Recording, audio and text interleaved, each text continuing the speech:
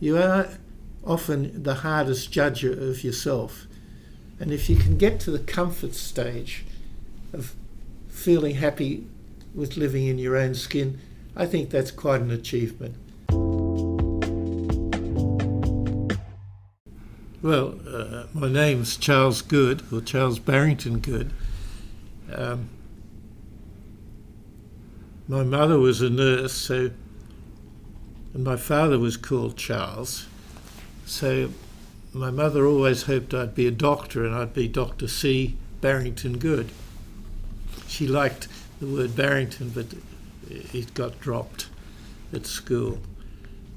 I was born in 1938, and therefore it was just before the Second World War. So a lot of my early life was coloured by the war. When I went to school, half the class were only children, because you were born in 38, your father went to war, he came back with hardly any money 5-6 years later and wanted to re-establish himself, and there was then too much of a gap. So, and in my early childhood I had very bad asthma, so I couldn't run or go to school or preschool. So my father went to Sydney as a lieutenant commander in the Navy at Garden Island. Then he was posted as secretary to the Admiral in New Guinea. So we didn't see much of him during the war. We moved to Sydney, but then he got posted to Papua New Guinea, and then he got sick at the end of the war, infections in all of his skin and other matters from New Guinea, which meant he, I think, was in Heidelberg Hospital, repatriation hospital, for about 3 years after the war. So my mother and I used to drive out, she'd drive out to that hospital from our home in Camberwell 3 evenings a week, or twice a week, and then at weekends. So I knew that road very well as a young boy.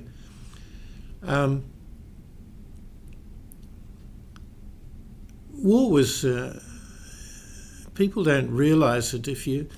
Even though I was young, I grew up in wartime, where you had tickets, ration tickets to get food, ration ticket to get petrol for your car, a ration ticket to take to the butcher for meat.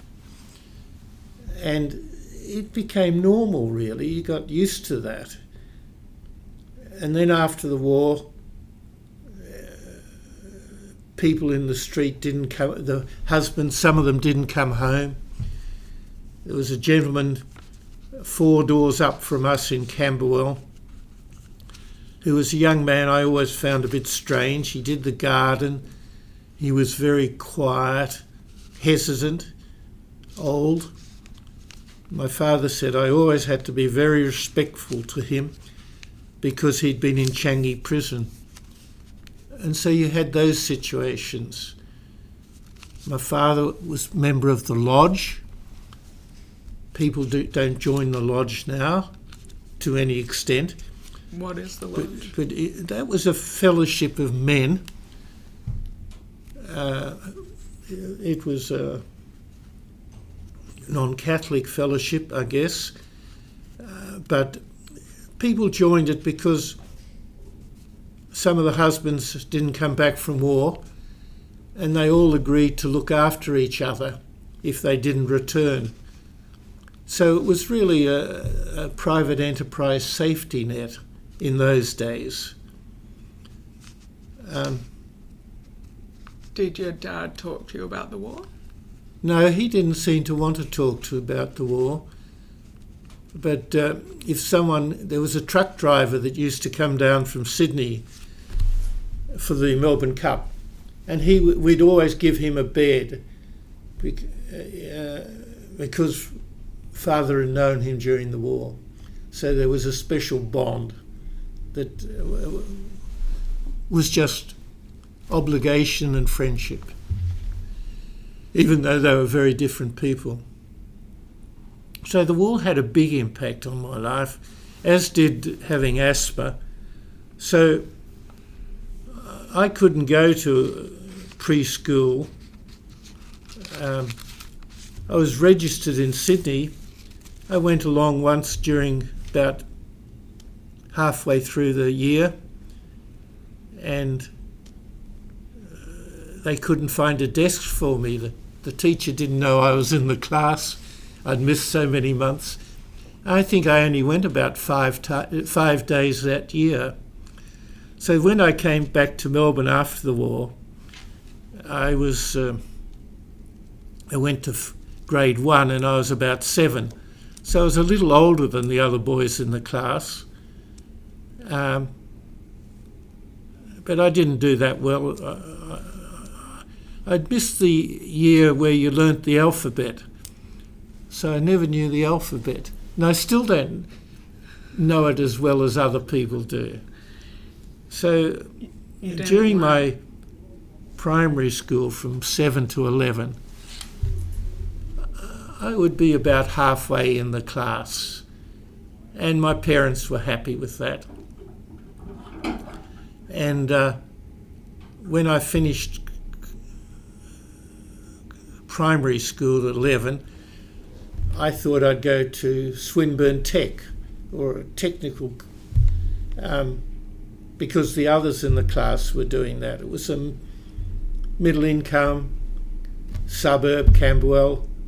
The school I went to was Pete Avenue Primary School. It was very good. And I thought I'd try and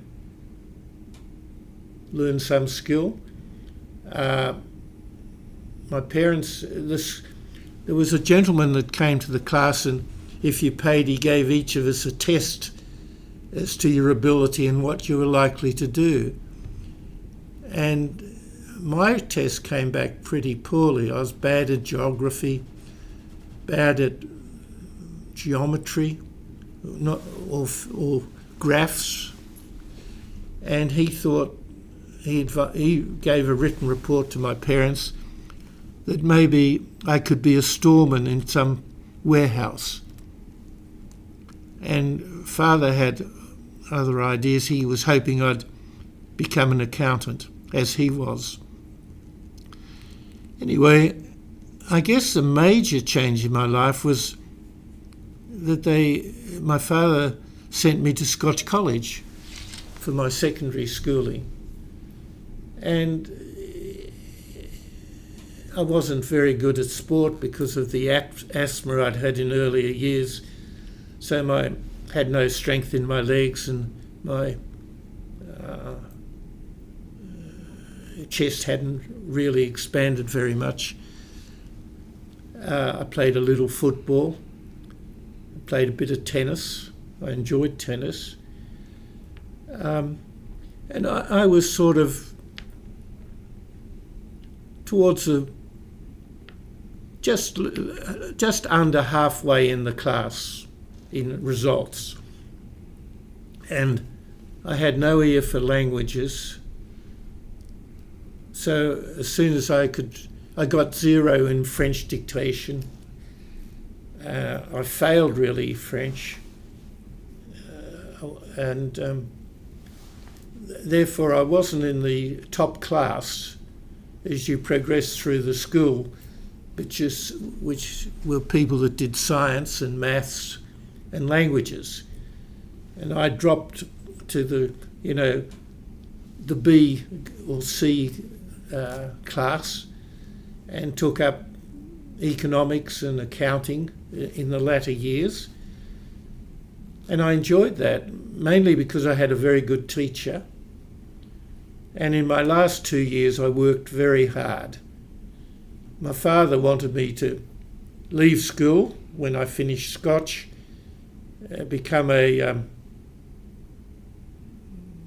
clerk in his accounting firm and learn accounting at night school.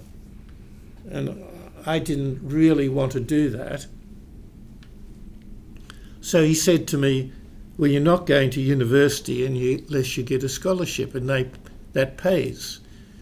So that made me work very hard, and I ended up being dux of the school. So I guess the message is you can be not doing well at school for a long while, and then if you find a good teacher and you really knuckle down, it can change your life. And it did for me. And I got, in those days, the government were giving Commonwealth scholarships, which paid all your fees. And that allowed me to go to university. It was wonderful. So I did commerce because that was followed from my accounting and economics. So the motivator was really you wanted to go to university, you had to get a scholarship, so you put your head down. I really did. I worked very hard. And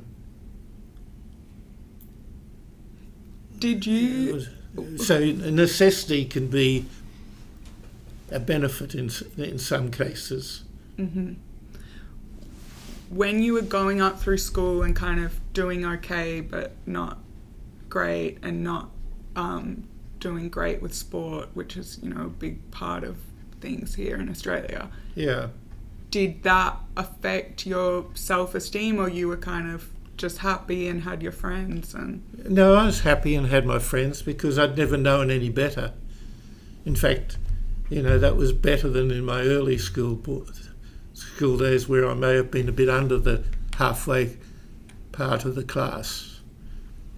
And in those days when your father was away during the war, and I think mother worked in nursing or part-time, you didn't get read stories at night, or I didn't, or be taught the alphabet or those sort of, any homework or teaching at home.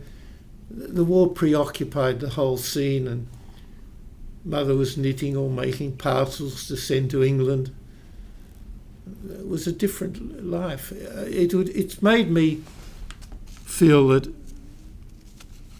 I'd never want the country to go to war or be part of it unless we had to defend our country. Mm-hmm. Frankly, it's the last thing one wants to happen. Mm. And you were an only child? Yeah, I was an only child. I mean, by the time father came out of hospital, I was about 10 years of age. And he had no money, so he had to sort of start his accounting practice again. He'd started it just before the war. So there's too big a gap. But this was not unusual with my friends at that time. I'm just thinking what you... if your parents are away, so were you just spending time with other children? No, I couldn't. In my early days, I couldn't go out and play because I couldn't walk more than about 20 yards without getting terribly puffed and have to sit down and rest from asthma. So I didn't see, until I went to school in Melbourne at the age of 7 onwards, I didn't really mix with anyone. And what did you do to keep occupied in that time? I don't know, really. We were in an apartment block in Sydney and there was a sand pit. But I can't remember what I did, frankly. Very little. I certainly didn't read or listen to music or develop. In those early years, they're the years you're meant to be developing your skills. It didn't come my way, but still, there we are. Okay, so you end up at university. I'm guessing education was an important value from your dad if he sent you to Scotland.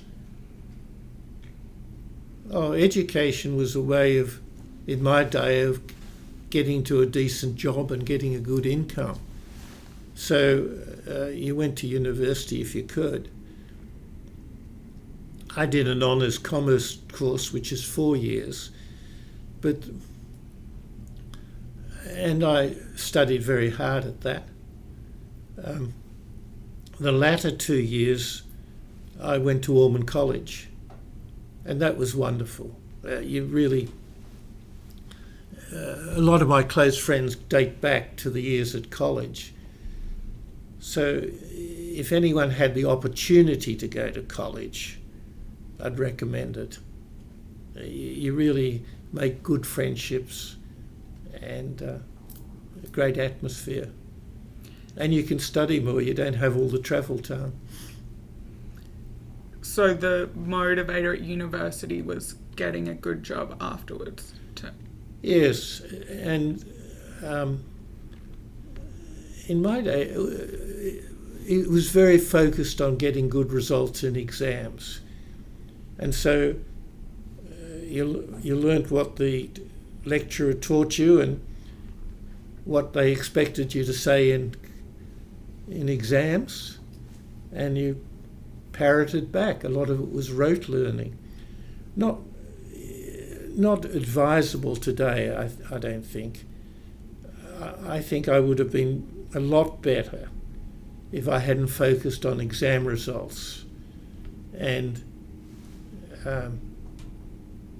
had a broader education, done some subjects I wasn't good at, and didn't worry about the results so much, and had a broader interest in art and culture and music, which I didn't, and reading, which I didn't do. I just focused on the courses, and you know, I finished with 12 first class honours, and six of the subjects I got the exhibition in. And was top of the class every year at the university. But that was complete focus. And if I was giving a recommendation to people, I wouldn't do it that way now. I heard a pod the other day, a podcast by Sir Ken Robinson, who was saying that education, we've really missed out in focusing on teaching and and exams, and it reduces one's creativity. And he thinks we've got education wrong with the focus on exams and a narrow agenda.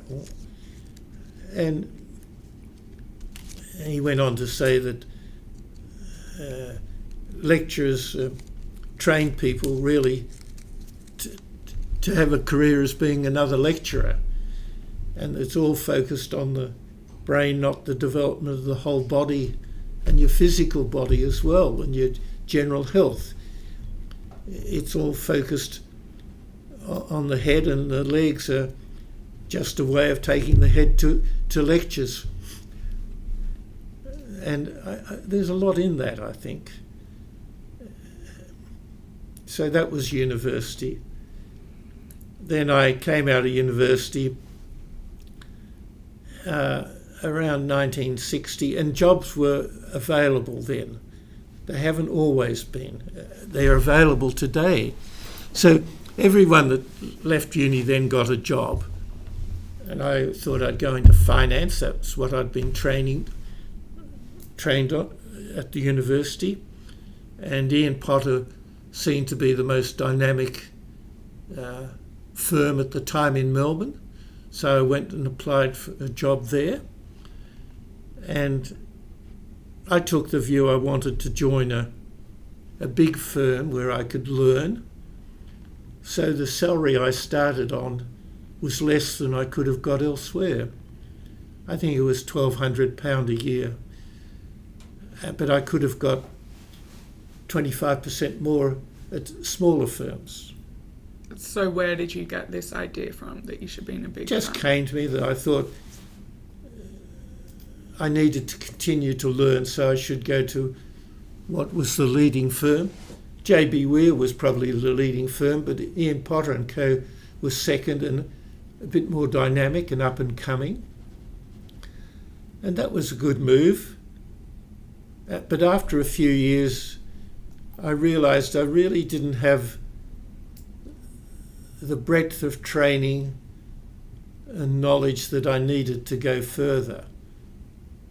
So I actually had a desire for more learning, and therefore I applied for a Fulbright scholarship to go to Columbia University, and I got scholarship. The Fulbright paid my fares over and back, and I got scholarships from the university to pay all my fees.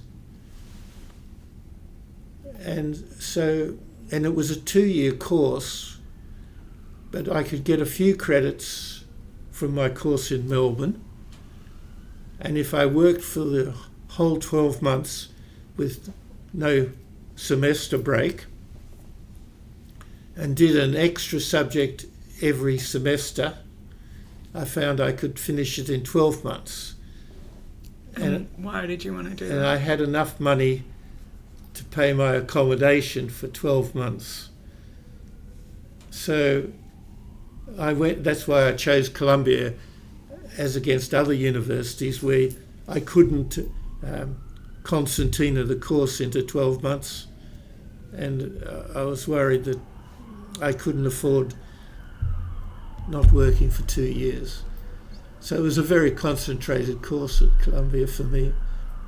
And was that a genuine practical thing that you wouldn't have been able to afford it? If I did it again, or was recommending to someone, I'd recommend they go to Harvard or Stanford or Columbia, but do it over 2 years and hopefully have enough money to travel around America a bit during the breaks and have a wider life. My life's been too narrow. It's only in latter years I've been able to go to develop a broader range of interests. So at Columbia as well, you were just Columbia is very intense, especially if you're doing extra courses or subjects each semester. And they give you a lot of reading and a lot of assignments. So that was full on. Fortunately, I stayed at International House, which is at Riverside Drive, near Columbia, very close to the campus. And that had half American students and half international students. And they came from about 90 countries represented there. So that was a wonderful mixture and getting to know people from other countries. And you went to the US because that was where you went to get the best business education? Well, in those days, that was really recognised as the only place for business education. I know that's broadened into England and Switzerland a few, even 5-10 years after I went. But in those days, the US was what you went to, was where you went to for education in business. Yeah. And had you been overseas before that trip? I'd never been overseas before. And my parents had never been overseas. I think in their latter years they had one trip. Well, apart from your dad, of course, serving overseas. Oh, well, apart from going to New Guinea. But that wasn't a pleasurable trip. Mm. And I think I was the first in my family to go to university. Yeah. And were they proud of you for that? I think Father wondered why I was going. He had not gone and none of his friends had gone to university. He thought I should go into accounting and do the accounting courses at night. But he was proud of the results when I finished, but he was lukewarm about me going there. And where did your interest in finance come from? Or what was it specifically about? Well, at school... And at university? At school I got very poor marks in geography, languages, science, So the only subjects I did well in were accounting and economics and Australian history, which I enjoyed. So I just followed it because that's the area I seem to have some ability in. And then why finance and not accounting? Well, as I was pushed early to do accounting, I was a bit... I thought it was very narrow, frankly, and I couldn't see any excitement in auditing and ticking, though it's much better nowadays and it's more computerised, it's more intellectual. But in those days, it was just... I did it one Christmas holidays during my university course to earn money, and I didn't enjoy it. I didn't think it wasn't for me.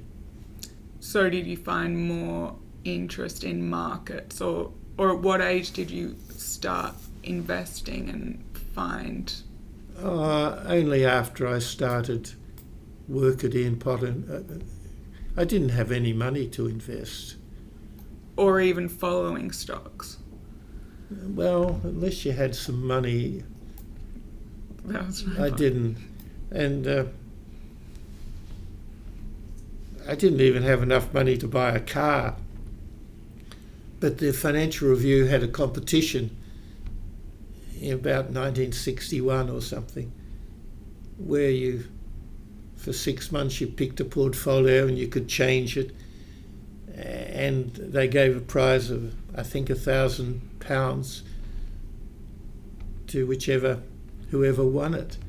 And there were about 15,000 entries, and I put one entry in. You're allowed multiple entries, and I made no changes. And I was lucky it won it, and that provided me with the funds for my first car. And that's where you picked all 10 stocks? I picked 5 tin stocks. I thought, this is not investing one's real money, where you need dividends and you need diversification. This is all or none. So pick a metal that might go up and put it all in. And so I was fortunate. And at Columbia, there was a course, investment management, one semester, where you had to have a portfolio, and they allocated you industries, and you got marked on your essays, but also the results of your portfolio were half the marks. And I was given railways and utilities in America, and I could see that I was going to do terribly badly at this because I had no idea of the American market, and I didn't even know the companies that were in my industries. So I really asked questions, or at least at the start of the course, but I said to the professor that he hadn't allocated international companies. And in those days, they didn't do much international investing in 1963. And I said, could I have that added to my industries?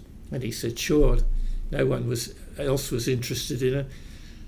So I put the whole lot into Australian mining stocks, which I knew from having worked a year and a half at Potters. And my portfolio went up that much, he said he could hardly give anyone else a first. It was just luck that it was the time of a mining boom in Australia, I think. But again...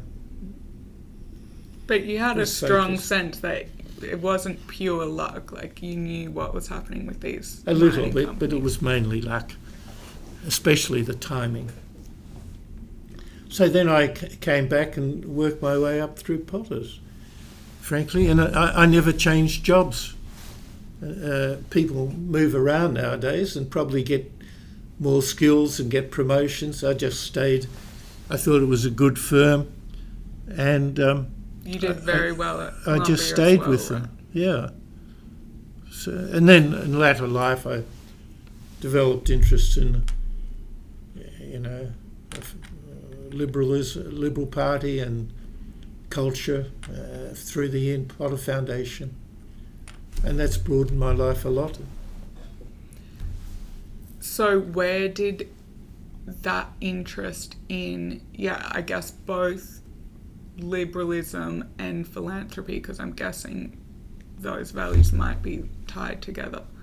How did you start? Perhaps they are, but, well, I don't think there's a lot of difference, really, between the policies in Australia, the Labor Party and the Liberal Party, except the Labor Party is tied to the union movement, and therefore it favours unionists and wages, and the Liberal Party stands for, more obviously, for freedom of speech, the focus on the individual, a philosophy of a hand up rather than a hand out, or a heavy hand on you. It sort of favours, Liberal Party favours small business, a welfare net for those who need it, but more creating the environment where people can flourish if they have ambition and work. So that seemed to fit in with my lifestyle. So I got involved in that and stayed involved. And I think if you're a citizen of a country, it's good to participate in some of the activities of the community. So that's been that. And Sir Ian Potter started a foundation, one of the first in Australia to be started by someone while they're still living. Previously, nearly all the foundations had been as a result of a legacy in a will or a gift in a will. And in the late 1980s, well, I think I always wanted to be part of a wider community and to contribute and just not focus on money. So during the 1980s, I joined a lot of community activities, probably devoted a quarter of my life to it. I was senior partner of Ian Potter & Co, or Potter Partners, and that led people to invite you to join boards of community activities. So in education, I was on the council of Monash University, and then I became, after I retired from that, I became chairman of the investment committee, University of Melbourne. In the arts, I was on the board of the Australian Ballet School. In medical, I was on the Howard Florey board and became president for 10 years. I was on the Anti-Cancer Council of Victoria, St Vincent's Hospital board, quite a range of activities really, and that I wasn't actually a donor. I was trying to accumulate some money, but I suppose from 1980, so I was about 42. From then on, I've always given a quarter of my life to community activities for non-for-profits. And then that led, I think, to Sir Ian asking me to be a governor of the Ian Potter Foundation. And I saw the benefits that philanthropy gives to the community. Met some wonderful people in community activities that devote their life to helping others at very modest incomes and get a lot of pleasure out of doing it. And I got a lot of pleasure out of meeting these people, trying to help them. So after Serene died, I became chairman of the Ian Potter Foundation. That was in 1994, and have been chairman ever since. And that's, I think I've got as much pleasure out of that as people have benefited from the gifts, in the breadth of activities in the community that you come in touch with, and the absolute wonderful people that are dedicating their lives at very modest incomes to help the disabled or the old, or in medical research or universities and teaching and so forth. And what are the causes you feel most passionately about supporting? That's a difficult question. If you ask me personally, I would give to Fair Share and Second Bite, and organisations that recycle food that would otherwise go to waste. It can be some products in the supermarket are near their use-by date and they can't sell them. They give them to these organisations who can recycle them into charities that look after the poor, or make them into nutritious meals and distribute them. That seems to me that you're helping the environment, you're saving product that would go to waste, and you're helping the people that need that meal. So that sort of immediate benefit is, I guess, what appeals to me personally. From a foundation point of view, we take a longer term view, and we would seek to support excellence in the arts, scholarships for Australian artists to go overseas and progress their careers, scholarships at universities to allow those not so well off to fulfil their capabilities, which may be restricted by lack of funds. We support excellence in the arts. Why do you feel? We look at. Why do you feel passionate about excellence in the arts? Well, you're giving a scholarship. You may as well try and find someone that's outstanding and help them go the next stage on the international scene, and hopefully they'll come back and add to the quality of that particular art in Australia.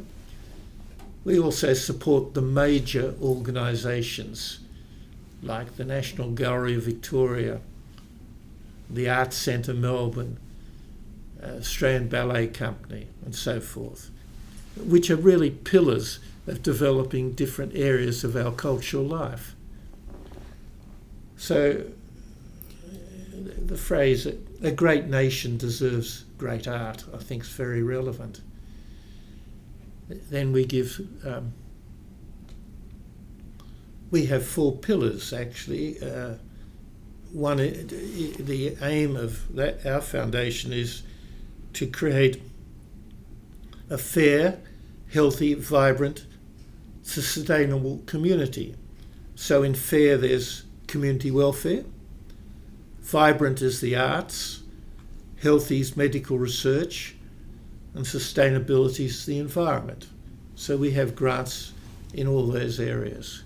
So that gives one a very broad life, a spectrum of life, which I'm very fortunate to have now. Mm-hmm. And so thinking back to before you were 42, was your motivation like continue learning, but because you hadn't had much money previously, so it was like, okay, continue earning an income Yeah. to build a life for myself. And Yes, I think it was focusing on my career, and I think a little too much, and you're a little too competitive. I think as I matured, I realised that business is a team sport, and to help others in you, even if they're competitors for the next job, is a better way of going and more satisfying.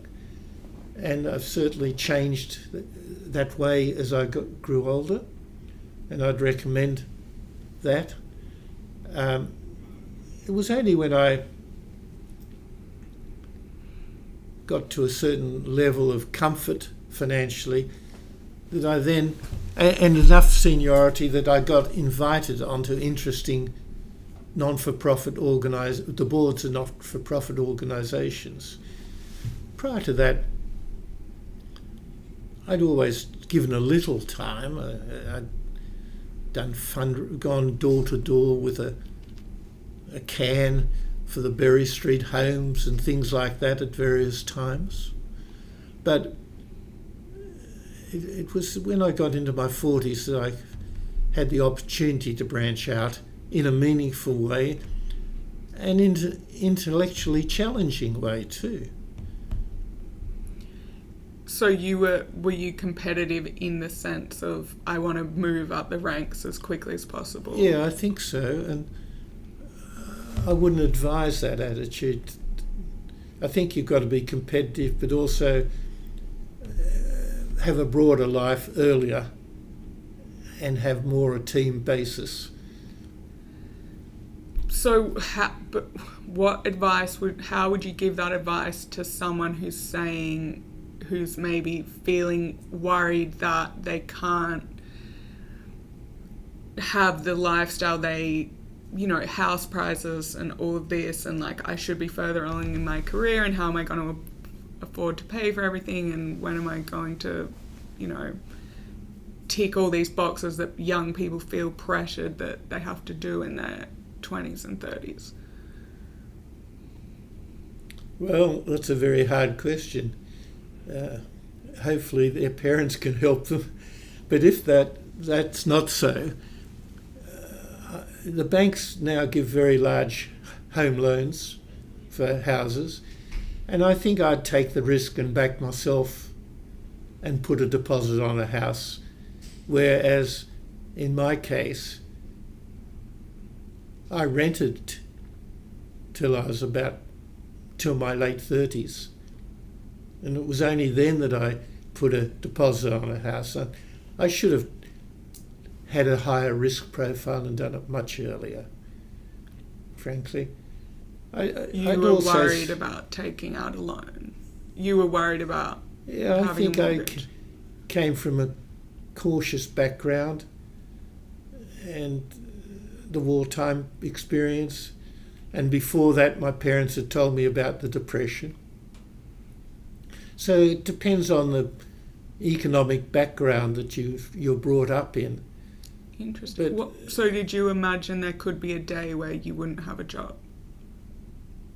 Well, I didn't marry till late and I didn't have children, so I wasn't that worried. But if I had a family early, I suppose I would be more conscious of that. But I don't think I would work as hard as I did at weekends and into the evenings in my early years if I had my time again. I'd give up the desire for quick promotion for a broader, more satisfying life, frankly. That would be my advice. And I think you can do both. And if you have a broader life and you look after your body and your health, I think you can be more productive than just churning away at the job. And there's more to it than just climbing the professional tree. But I don't think they're mutually exclusive. I think it can actually a broader life and a family life can give you insights into personalities and how people think and make you understanding of others. So I think it can balance can actually add to your desire, you as a person, and your acceptance as a leader. I'm very excited for Dad to listen to this. You say this. Okay. So it was kind of only when you were invited to boards that you realised this is really how I want to be spending a big portion of my life. Yes, but I suppose I showed interest to be invited. But once I was invited, they were fascinating and are fascinating. I remember joining the Anti-Cancel Council of Victoria, and it's not generally known, but Victoria led the world in rules about anti-smoking. And we had a CEO, Nigel Gray. He was outstanding, and he started saying that, restaurants shouldn't allow smoking and things like that. And these were first in the world. I think he subsequently became president of the Worldwide Organisation on Anti-Smoking. And then we were sitting around the table at one meeting, and it wasn't me, but I was there when someone said, well, look, we've got to get people using sun cream. But none of when you go to the chemist, you don't know if it's a good sun cream or not. So we asked various pharmaceutical companies whether they'd rate their sun cream as to protection, like 1 to 10, we were asking. And they declined. So we decided to fund a chemist in Melbourne to de-engineer or find out the ingredients of a sun cream, which he was able to do.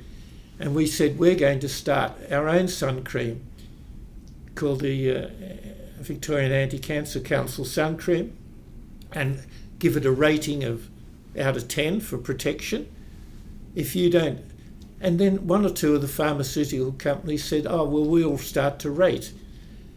And that was a world first from our council, a world first on the rating of sun cream on the tube.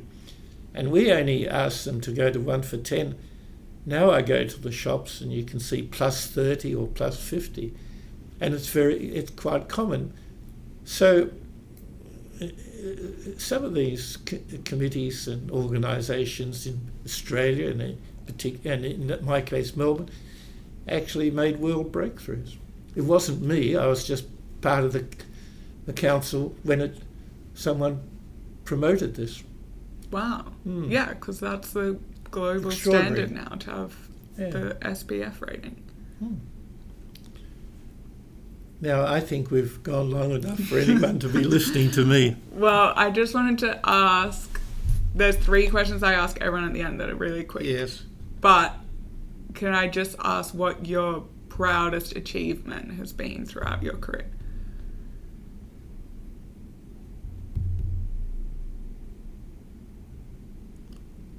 Or you can say a couple if you can't pick one. I can't. I suppose I'm proudest that I've matured into being a citizen of the community and getting pleasure out of helping others and having the ability to do so. You've got to eventually live your life so that regardless of what other people think, you're happy living within your own skin. You are often the hardest judger of yourself. And if you can get to the comfort stage of feeling happy with living in your own skin, I think that's quite an achievement. And hopefully I've got close to that. Okay, so last 3 questions. How do you stay grounded every day? Grounded? Yes. What do you mean by the word grounded? Well, it could be something like you're here in your suit and tie in the office, which you've been... I always wear a suit and tie. I know, and that's part of... I've read the article where you talk about how important it is for you to come every day. Well...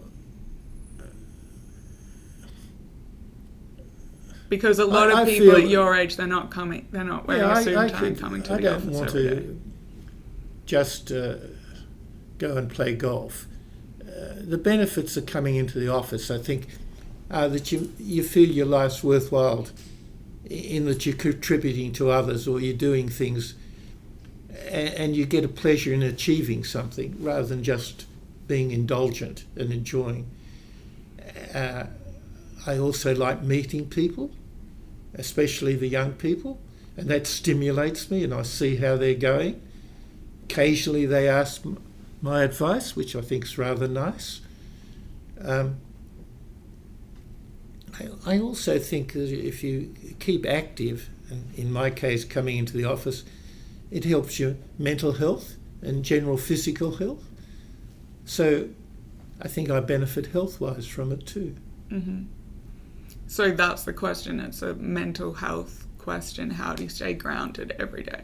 So I'm wondering if that's... Well, there's always something to do or something to try and work out or initiate. So I think that keeps you alert. I guess if I was at home, I'd start playing bridge or something to keep my mind active. Mm-hmm. Next question. Is there a book that's had a major impact on your life? A book?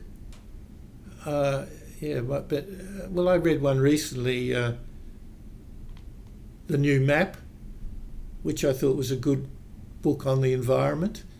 I don't read a lot of books because I read a lot of material every day on the economy and world events and things people send me. But over Christmas I've read one or two books and they're mainly... I'm currently about to read a book by Kissinger on leadership. I don't know how good it is. But I've read the book on the environment, the New Cape and the energy, and I thought that was very good. So I tend to read, when I do read, I don't read detective stories. I read something about the world economy or the world political scene or a lot about the environment, which I think is just essential to be conscious of. So what do you do to unwind and not step back from solving all the world's problems or thinking about the world's problems? Well, when you reach my age, we've got a lot of friends and we would go out 4 nights a week to dinner parties or artistic events or something. So I've got to the stage where I'm very happy when we have a quiet night at home. So it takes care of itself. Mm-hmm. Okay, last question. What 3 words best describe the best version of you? 3 words? I'm not clever enough to answer that. Like just because we all have days where we're grumpy or stressed or tired. But yes. If you're showing up or yes, sure. I'm sure I'm grumpy at times. So that wouldn't be one of the words. But so when you're showing up as your best self, what does that look like? Well, hopefully I'd push my shoulders back a little and not be so round-shouldered. It would be nice if I smiled more. I think I'd like to laugh more. I think my wife laughs and I think that's infectious and joyous. I think it's wonderful if people can laugh. and modest. I'd like to think I had some modesty and humility. Great. Thank you very much, Delia, for the interview.